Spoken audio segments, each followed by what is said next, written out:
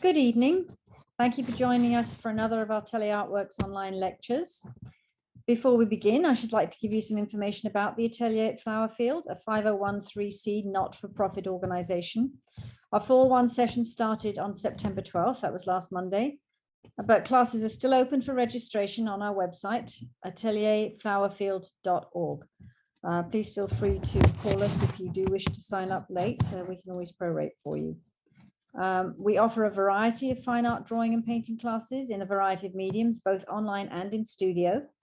We offer classes in illustration and digital painting as well, and have created a group of portfolio prep classes for students wishing to apply to art school. So this is something new for us. If you're interested, please give us a call. We do have some information up on the website about this. We also have a variety of paintings on sale in our online art store, and all details can be found on our website. Our current exhibition is a 50-year retrospective of works by Neil Slaughter, and that will run until October 27th. The gallery is open 9 to 5, Monday through Saturday. Tonight, watercolorist Antonio Masi is presenting a lecture titled How to Select the Best View for Your Painting. We welcome him this evening and hope you enjoy tonight's lecture. If you wish to ask questions, please post them in the chat room. I shall now hand over to Antonio Masi. Thank you. And thank you for coming to the lecture.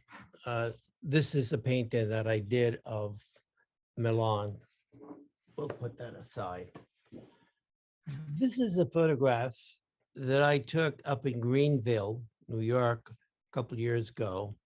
It looks like a nice photograph. It has nice shapes, but it's just a photograph. So what I'm going to show you is how I approach a painting from life or even a photograph. Now, if we could just, let's see, get this over there. Good, great. What I look at is the shape of the building interested me, the different shapes.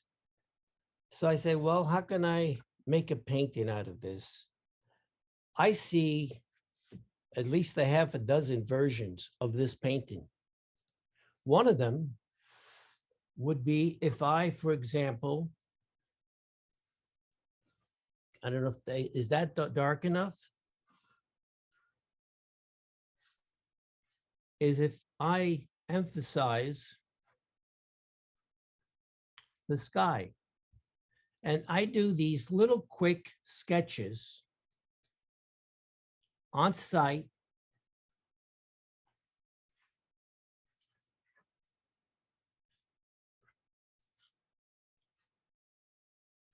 It's like walking around.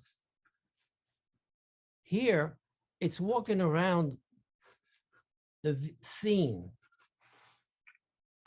That's a little quick sketch. And I said to myself, well, in this, I want to emphasize the sky. And when I do these things and I take about 5 minutes each, I do 3 values. The light, which is nothing more than the water. The dark.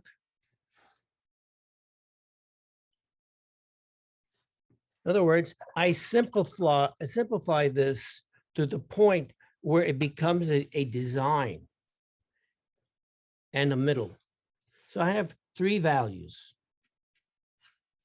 In looking at this scene, the sky is not there. So what I like to do many times, I put myself, my ideas into it. What do I mean by that? I mean, I'll make up a sky because I want to emphasize in this particular painting. So all I'm doing is I'm using the middle value for basically everything. So all I have is a 2 value division of my first interpretation of this photograph. While that is setting up, I'll go to another version Now I say, so well, I like the building. So I'm going to do a version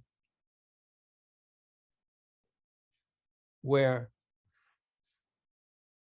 the building is going to be the dominant thing.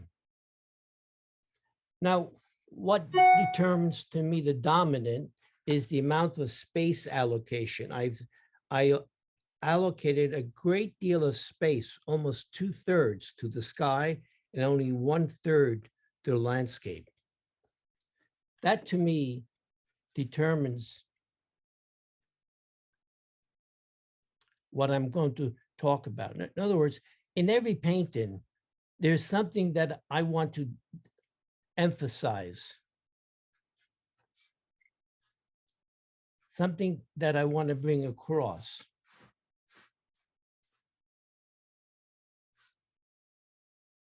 And in a landscape, when I do these, by the way, outdoors, like this, I do these little things. I'll show you, and I do them in color. This is setting up. And they're done very quickly. They're not to be renderings. They're meant to be diagrams, layouts of what you want to paint. Now, again, I start with the middle value, and the middle value is everywhere except, so what I'm really doing is just making a pattern. It's almost like a jigsaw puzzle of the shapes. Because once I get the shapes correct,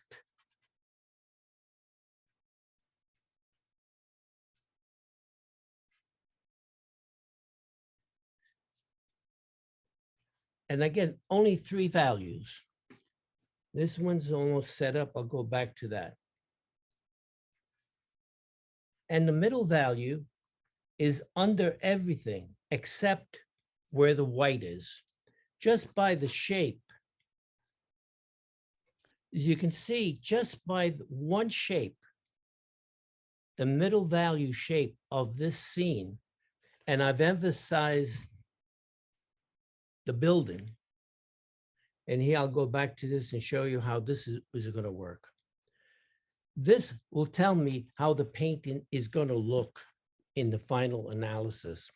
In other words, it's like building a house to me, painting. I get my structure, and to me, the structure is the composition.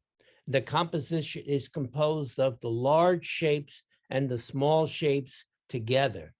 If I get that right, then I can put in all the details on top of that later on with no problem. Like you can put in then the windows, the doors, everything else in the house, unless you get that foundation up correctly. Now let me go back to this and show you how the dark is going to work now. It is a flat pattern design.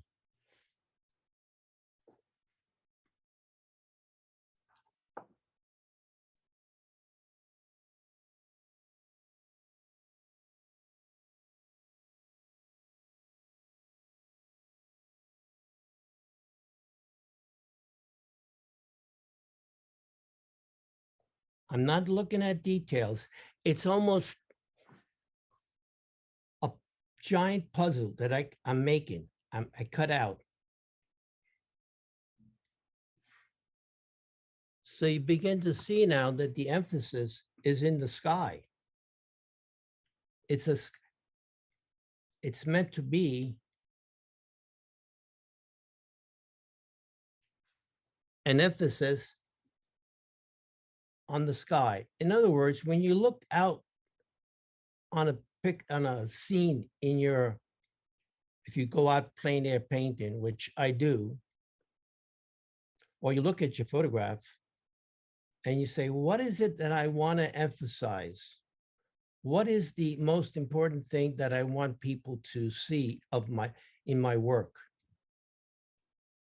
You have to give them or lead them to where you want them to be and what to look at.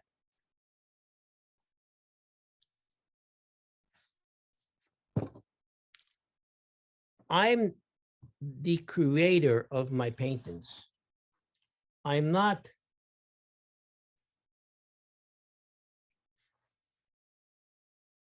the copy and reporter of what I see in front of me. You know, art is not photography, and photography has this element of art in it. Yes, I believe the first one to agree with you. But if all I do is copy a photograph, I'm really not painting. So in this picture, you see there's two major masses. The sky is one, and the lower level, the buildings, the grasses, the trees, is another mass. I've divided this painting into two. It's a strong composition. I'll get to the bottom one here, which is good because it's set up nicely while we were talking. And with this, I paint only what I consider the darks.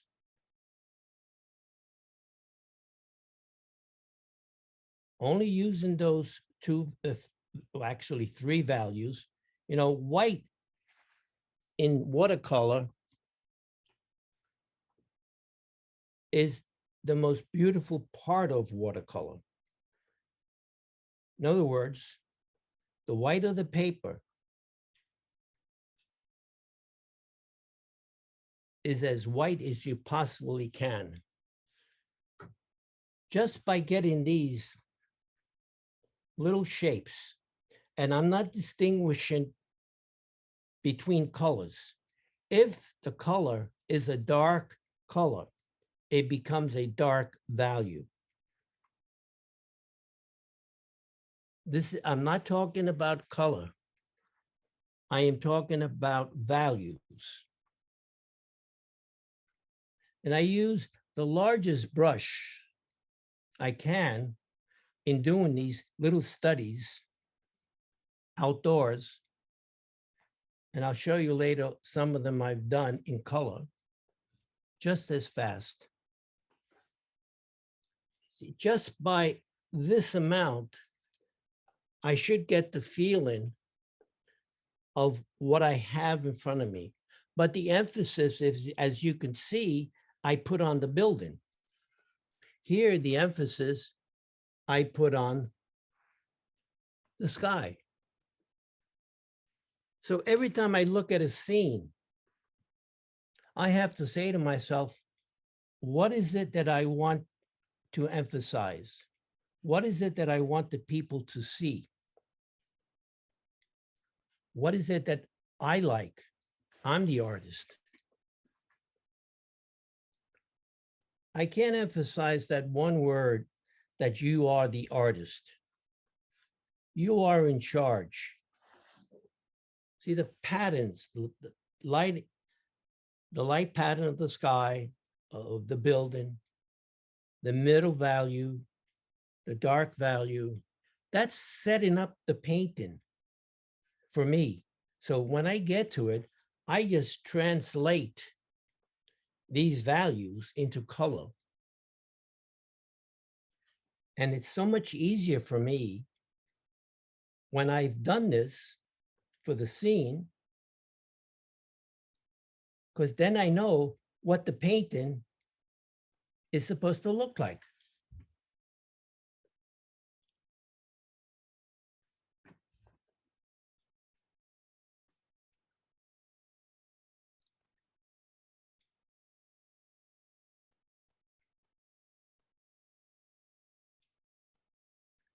Now, I will do also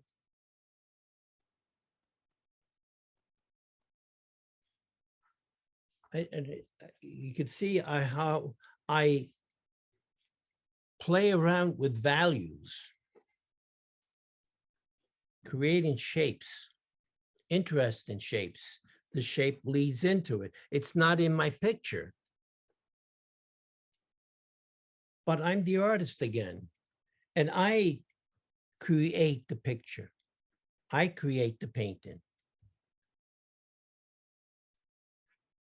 I know the tendency is sometimes to say, well, it's not like that in the photograph, or it's not like that in nature.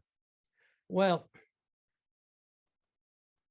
you are the artist, not nature. And if all you want to do is replicate or duplicate the photograph, that's a very nice thing to do, but it's not really a piece of art. It's a piece of reporting. You're reporting what you've seen. Now, any questions on how simple this is? It's done very quickly, and you're after the main shapes and simplifying them to major lights, mediums, and darks. And usually, one of the values will dominate, which makes it even more interesting. You have to interpret and change and do these things as you see fit. Now, I'm going to try to do one. Actually, I'll have two more to do for you. I do, I don't know, 3 or 4 sheets like this when I'm outdoor before I do a final plein air painting of a scene that I want to do. I may want to do this one, or I may want to do that one. I don't know. But this at least gives me a little more excitement than what the photograph had for me. Now here,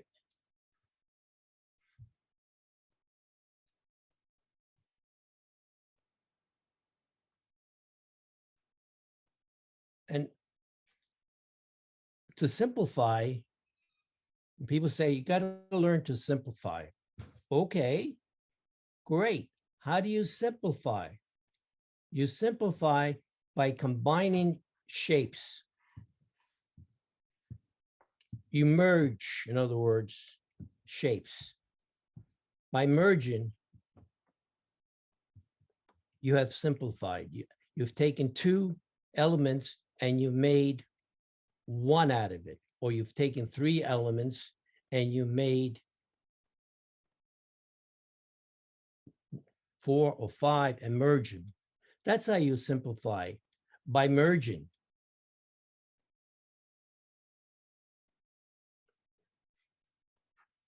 Here's another version of this.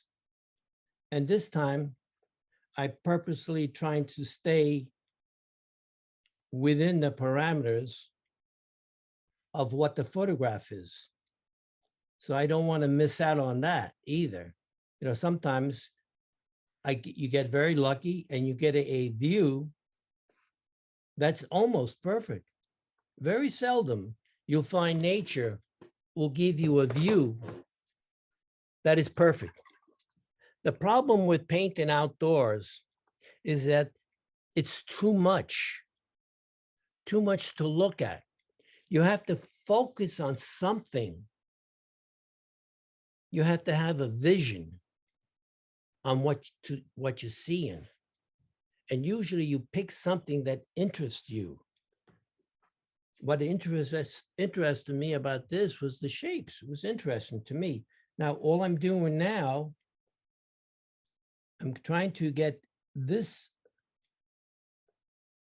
just as a comparison for you, what this would be like in comparison to the others. See, I don't find this one, to me, as exciting as some of the other ones. Because in art, excitement, drama is so important to keep people's attention and draw them into your painting. because that's what you want. You want people to look at your work. And if all you do is just record, you're not really trying to emphasize anything that will attract their attention to you. And when I say you, I mean your work. I'm not concerned about details. Don't be concerned about details at this stage. These are, when I was a student, we used to call these thumbnails. Used to do them with what in those days was a carpenter's pencil. I don't know if carpenters use pencils anymore, but we used to do these very quickly with a carpenter's pencil just to get the big shapes.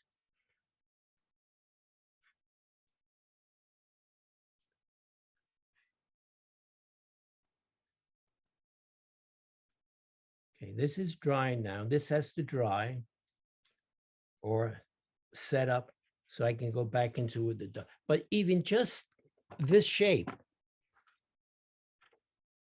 I know I'm close to what I have here. This one here bothers me a little bit. It's a little too big. That's the importance of visualizing large masses.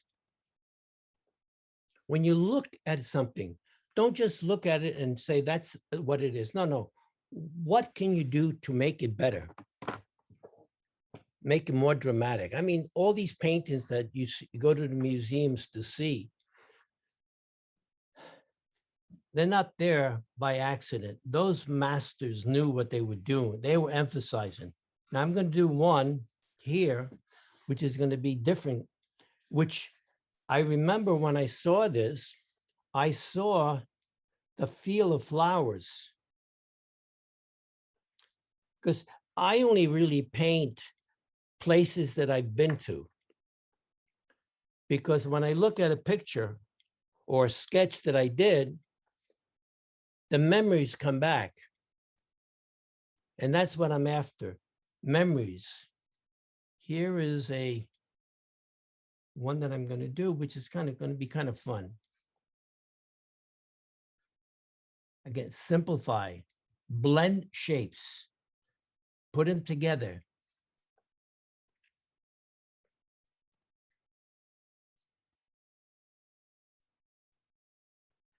There's an artist called Nicolaitis. He's passed away a long time ago. And he wrote a book called The Natural Way to Draw. And he would have one exercise in his book where you draw without ever picking up your pencil off the paper. So everything was unified and joined together. It was a nice exercise. It forced you to combine things. So if you ever see that book, it's worth it. And here is just a little sketch, but here was what I really loved about this picture. Oops. The pattern of the flowers.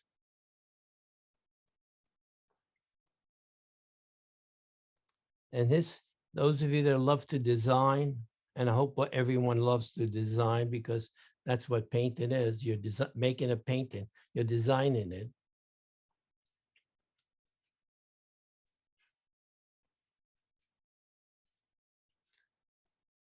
I'm creating a lead into the picture using these flowers,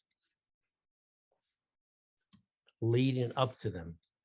It's all inspired, by the way, from one photograph, because you use your imagination, use your feelings of the place you went to. This is not dry yet. And if you do that, you're putting a little bit of yourself into the painting, and then it becomes art. All these wonderful paintings we love, Van Gogh, Rembrandt, etc. They put their feelings into what they were painting. And that's what we react to. We react to their emotional reaction. Like Van Gogh's Starry Night. I mean, the stars are not like that in his painting. A realistic painter would never do it that way. But we react to it because he touched our nerve. Okay, this is not dry. Let me get to this now. Surprised, there are no questions. Is anybody out there?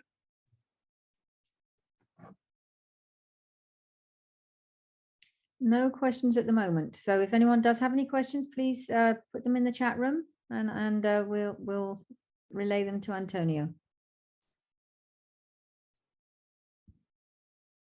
Again, I use the biggest brush I can. I have a question from Vicky G. She said, "What color paint are you using?" I am using Winsor & Newton Payne's Gray. And I'm diluting it. I'm using the middle value that I created. See, I have now 4 paintings that I can do of that one scene. You know, the old proverb, a painting is worth 1,000 words. Well, my feeling is a scene in art, in nature, or even the photographs like this one is worth 1,000 paintings. See, I'm leaving some of this white. And by the way, this white that I'm leaving is nothing more than a birthday candle. I put it on to resist, to give the feeling of the light of the white.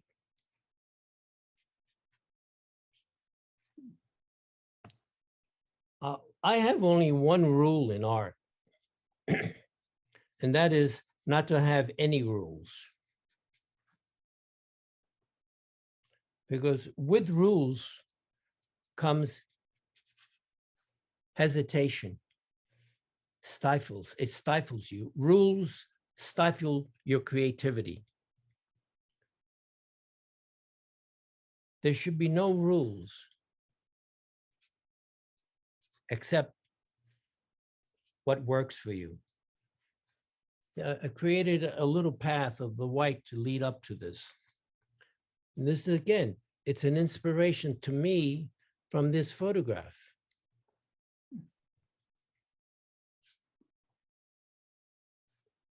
And the majority of the space is. Vicky said, "And was that chalk or grease pencil to protect the whites?" I guess you answered that it was actually a birthday candle. Yes, it's a birthday candle. Just a birthday candle. I use it. I have birthday candles with me sometimes when I'm out painting. Never know when I'm going to need it. Okay, let me go back to this one now. This one, it was more like I said, there we go. I put the gray, middle gray under everything that is dark, even the dark black. And you say, why? Well, why not? I'm covering it up. When I paint in watercolor, I don't stop at the edge of the line of a sky where the building is. I paint through it, behind it, around it, because the sky doesn't stop at the edge of a building.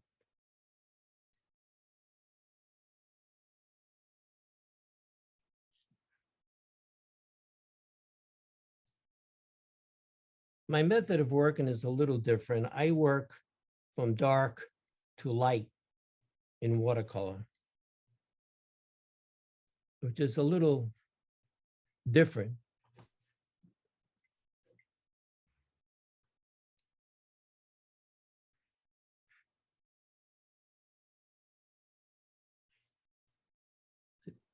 just these simple shapes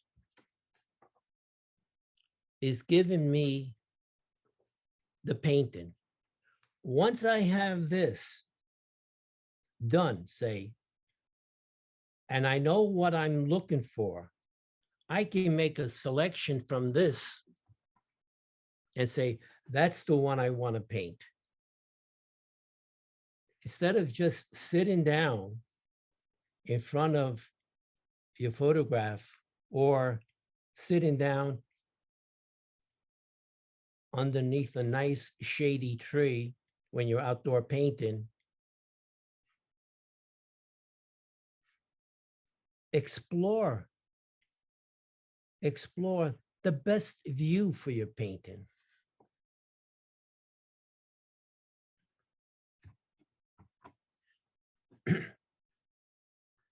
There is really no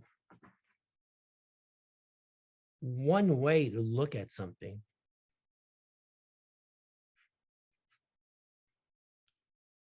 You know, all of you have been in an art class and you all have painted the same still life, or you've all drawn the same model. And yet, when you look at your work, it's different. And yet you all sketch the same thing. So all I'm asking is, or suggesting to you, is when you paint, think about what you want to emphasize, what you want us to, when I say use the word emphasize, I really mean what you want to express. What do you want us to look at first? What is your vision of the scene that you see that you want us to look at? That's all I'm saying. I want you to be in charge. See,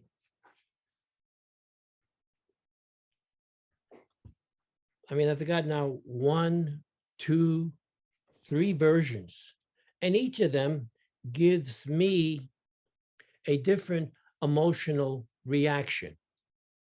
Now, this isn't quite dry yet. I want it to dry a little more. While that is drying, let me show you one that I did outdoors in color. I did this at a boatyard. The same idea. All of these boats were in the boatyard together. This boat up here was way back here, way back there, but it was bigger. And here is another one. This was one scene. All of these were together. So I made 3 little scenes out of it, emphasizing a different point of view. So when you paint and you go outdoors and you say, okay, what am I going to paint? You have to have a vision of what you want to say and what you want us to look at. If all you want us to do is basically copy the photograph, and there is nothing wrong with that. I'm not saying that you shouldn't be able to do it. Yes, you should have the skills and the ability of your tools to be able to do that. Yes, but when do you become the artist and put your own personality, your own emotional feeling into it? Again, I'll go back to Rembrandt or Van Gogh. They knew how to paint realistically, but they wanted to express an emotion, a feeling. Like I wanted to express a feeling about this scene, that it's a big sky thing. Here, this is more of a close-up in your face kind of thing. This is more the way I saw it, which is nice. This is now a real different interpretation because I'm really fooling around with this one. This, I couldn't take a photograph of this because it didn't exist. I'd have to take two photographs maybe and put it together, splice them together to get this feeling that I want. Feelings don't come from photographs. Feelings don't come from a paint tube. You can't buy a paint tube that says, I want to paint emotion, or I want to paint grief, I want to paint happiness. No, that does not come in a paint tube. That comes from you, your inner self.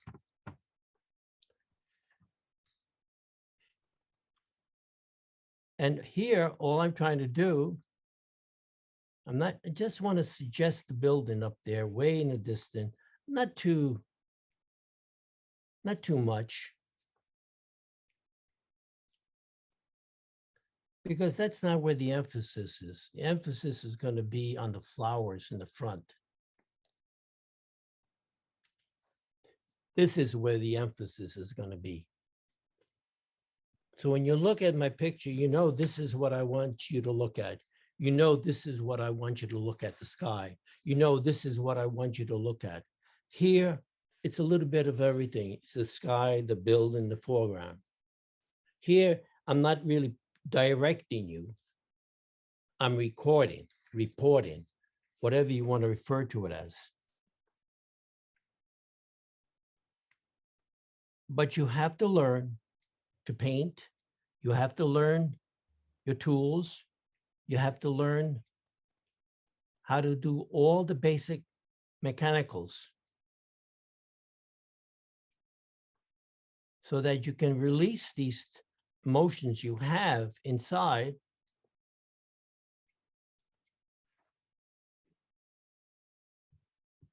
and then be able to express it. It's really like a writer. A writer first learns the alphabet. He learns words. Then he learns to put words together. Then he learns to put words into a composition. Then he learns to do a complete book, the different chapters. It's building on each other. He builds on it. So in essence, you're doing the same thing as an artist. You learn your craft, your brushes, your paints. That is your fundamental alphabet. Got to learn these things.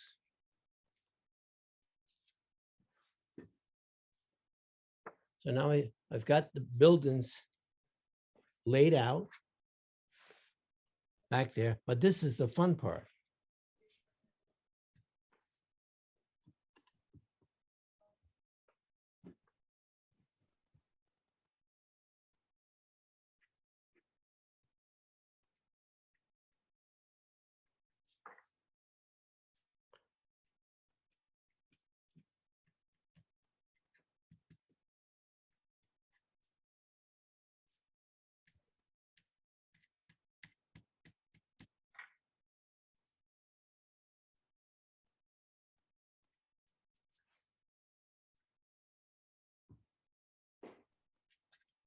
Now I do these outdoors, but I do them very small.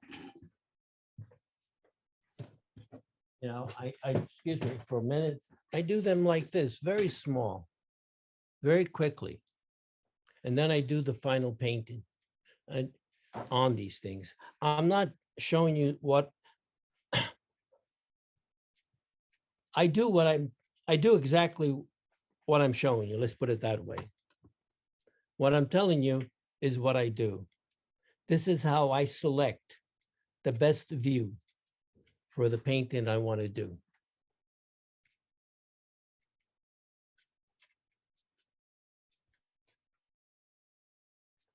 These are done very quickly.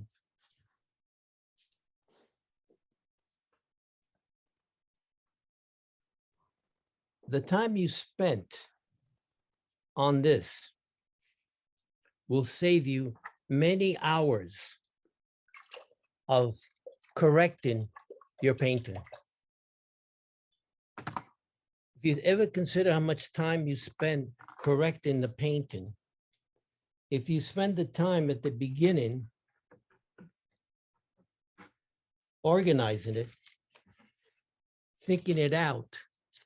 I'm just taking some of this tape off just to show you a little bit of how they look. Here is a little composition. And if I liked it, I would work with this as my painting. Here is another one. Again, what this does for me, it saves me a lot of time in correcting a painting. Because if I know at the beginning what it's supposed to look like,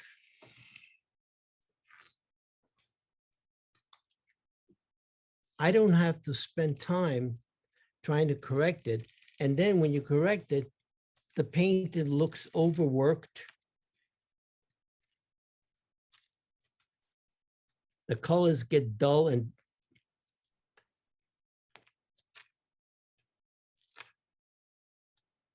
here we go. Slowly, slowly, slowly.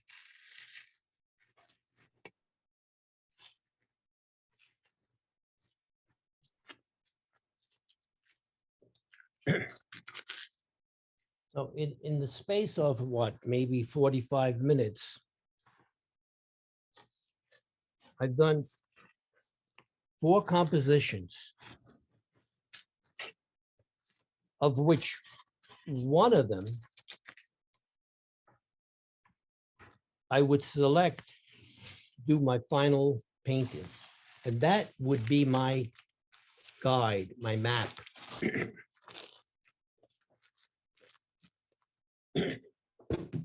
And it all comes from one thing.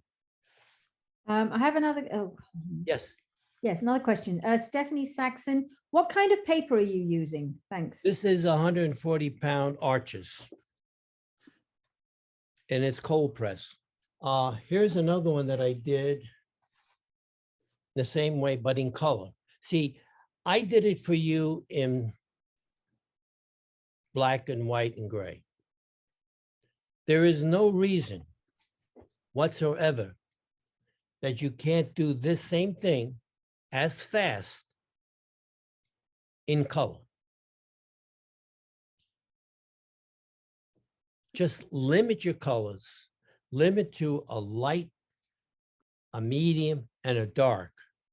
If you try then to start matching colors, you get into trouble. Then you're making a miniature painting. The object of this demonstration, of this lecture, is how to select the best view for your painting. Either when you're in plein air painting, when you're doing plein air painting, like these,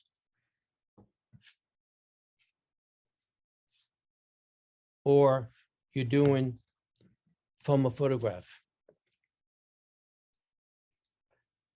I'm not sure which one you like the best, but somehow or other, I'm kind of partial to these two.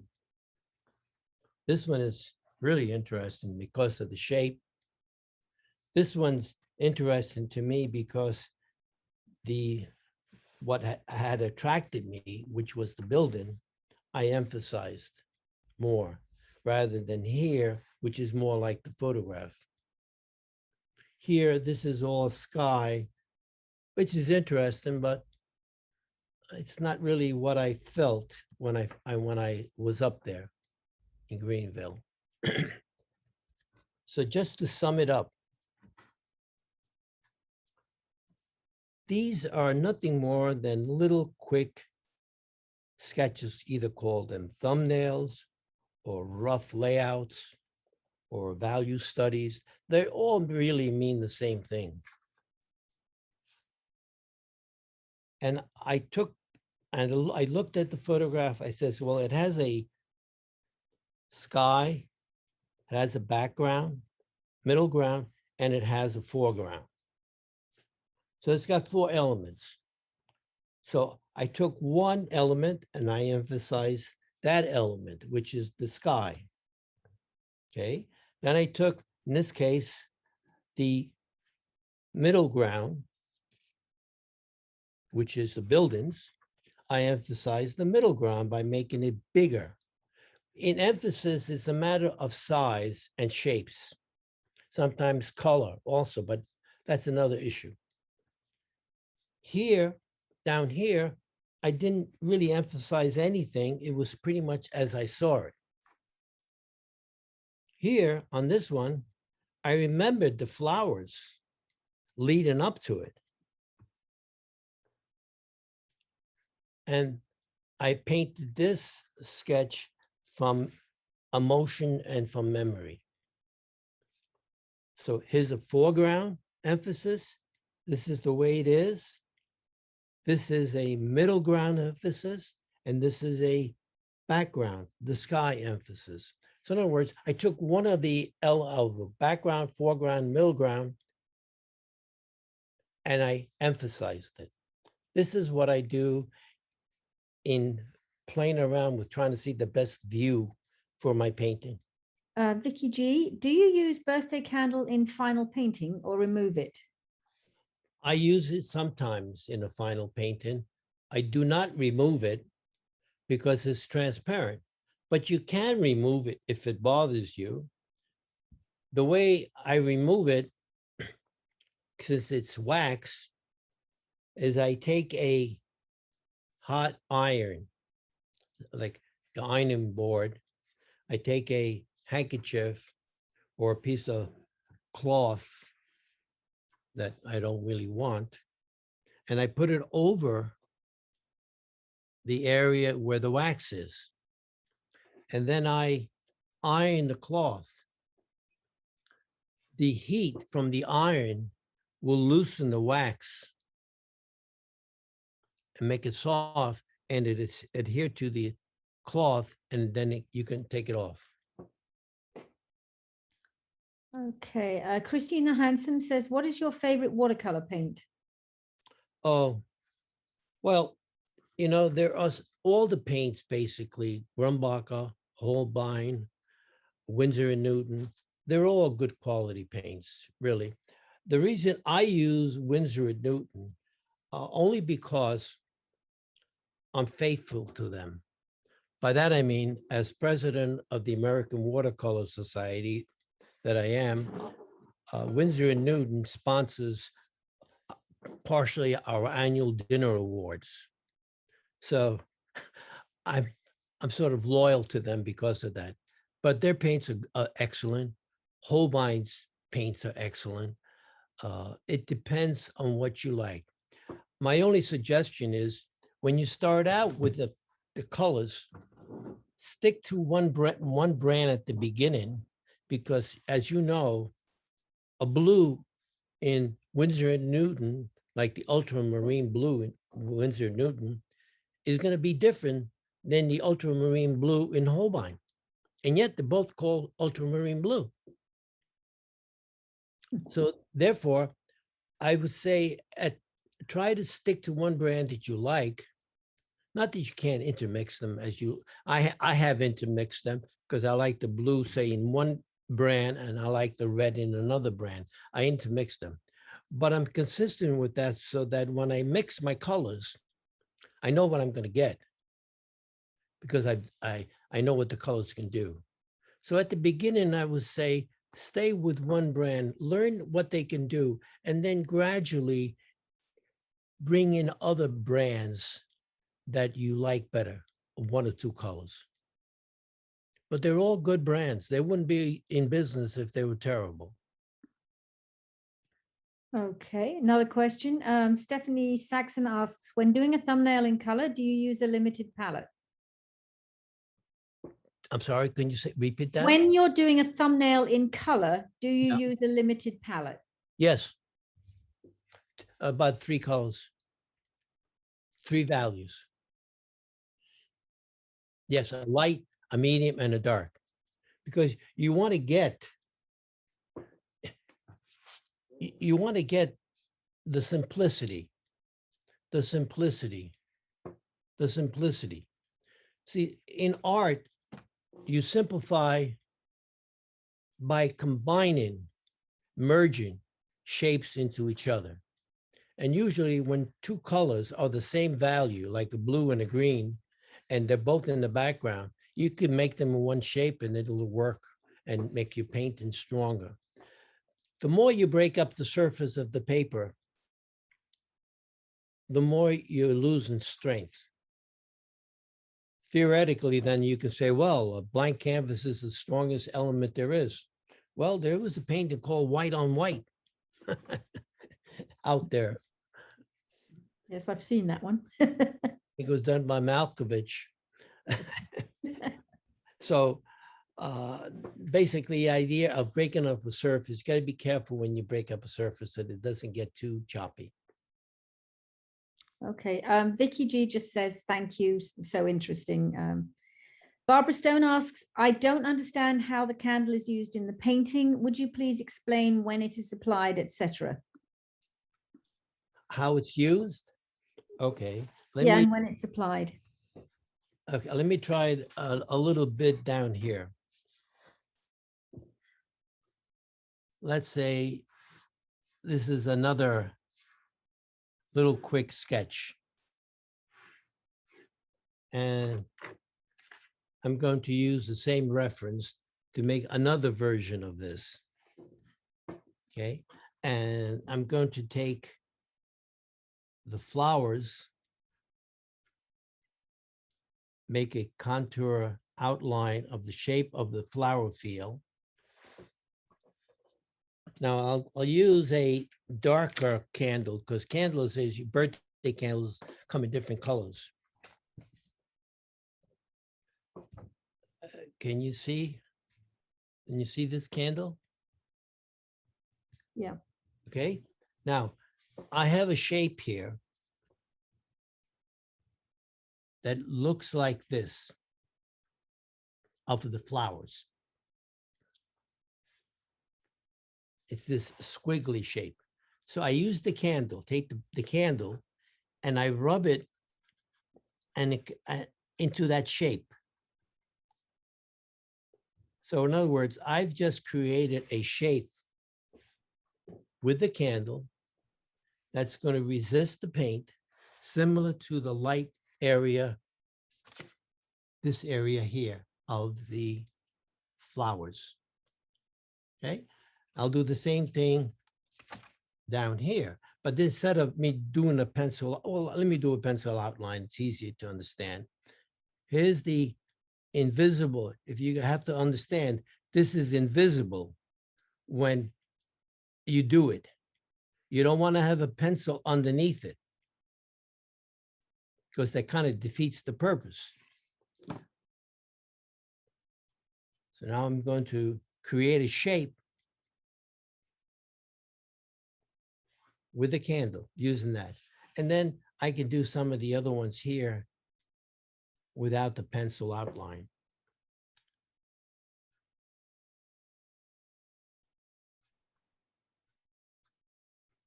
Okay.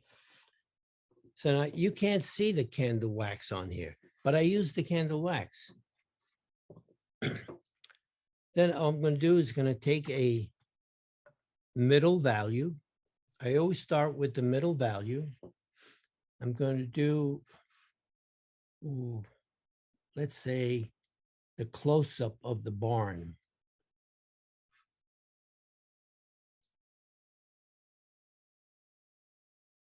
This is the close-up. Okay. This is the close-up. Now you see what happens when I put this on here? When I put the value, the middle value on over the wax. See how it resists? The paint does not adhere to the surface of the paper because of that. Am I answering the question so far? I think so. The person who asked? Barbara, does that answer your question? No. Yes. Okay, now Yes, yes. this will dry. Or if I don't want it to dry, if I want to do some wet on wet, which is another possibility. Look what happens.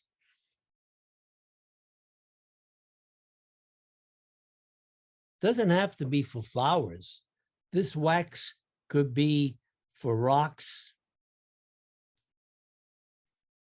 wood, water. It's a little, I wouldn't say it's a trick. Some people may consider it as a trick. I don't think so. I consider it more as a tool that you as an artist have at your disposal to use when you need to. I mean, Vicky G asks, would you ever go over the wax resisted areas with a light color like yellow? if I wanted to go over that with yellow, no, because what I would have to do is this.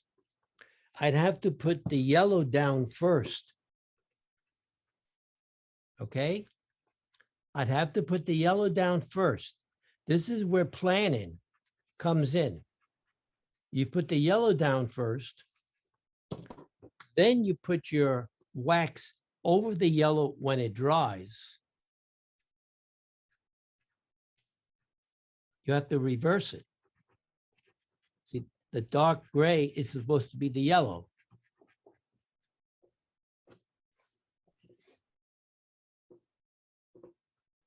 You'd have to put the color down first and then the wax on top of it.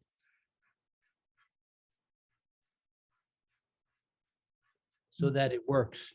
Okay, does that answer the question?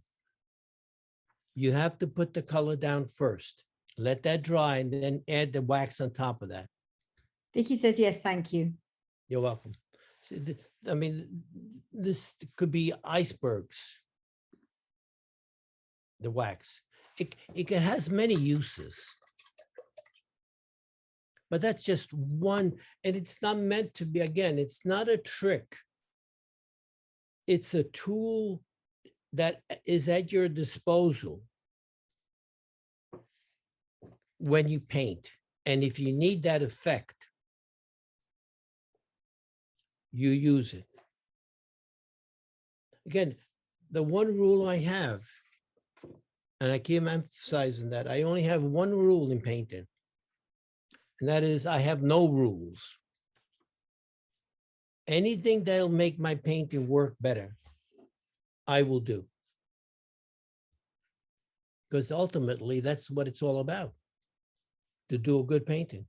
You should take one of your photographs or one of your paintings as an exercise, just to sort of see if you could make that painting more interesting, if you took different parts and emphasized portions of it, background, middle ground, foreground, if you can make that painting more interesting. You'd be surprised. You have the ability, but many times we don't have the will, or we have to get rid of that taboo that the photograph is what it's supposed to look like. No, it's not supposed to look like the photograph. Photograph is what it is, a reference. I can't imagine Rembrandt doing a painting of the night watch from a photograph. I can't imagine Van Gogh doing a painting of the sunflowers from a photograph and trying to copy it. See, those paintings are masterpieces for a reason. because they came out of the person. But the person first knew his technique. He knew how to paint. He knew how to draw. He knew all these things. You can't jump over that. Like a writer can't jump over not learning words or sentences. They have to learn those structures. Well, I want to thank you all. I'm sorry I don't know who you are or even see your faces, but maybe down the road, who knows? In this world we live in, we will meet. And as a friend of mine said, keep your brushes wet and keep painting. We would like to thank Antonio for giving such an interesting lecture. We hope you found it both engaging and interesting and informative. Our next lecture will be on October 15th and will be given by Eric Santoli. It's titled Which White is Which? A Guide to Pigments, Practical and Historical. Please look out for our email about our lectures, exhibitions and other upcoming events and classes. And thank you and good night. And thank you again, Antonio. It was wonderful. Thank you all for coming and listening.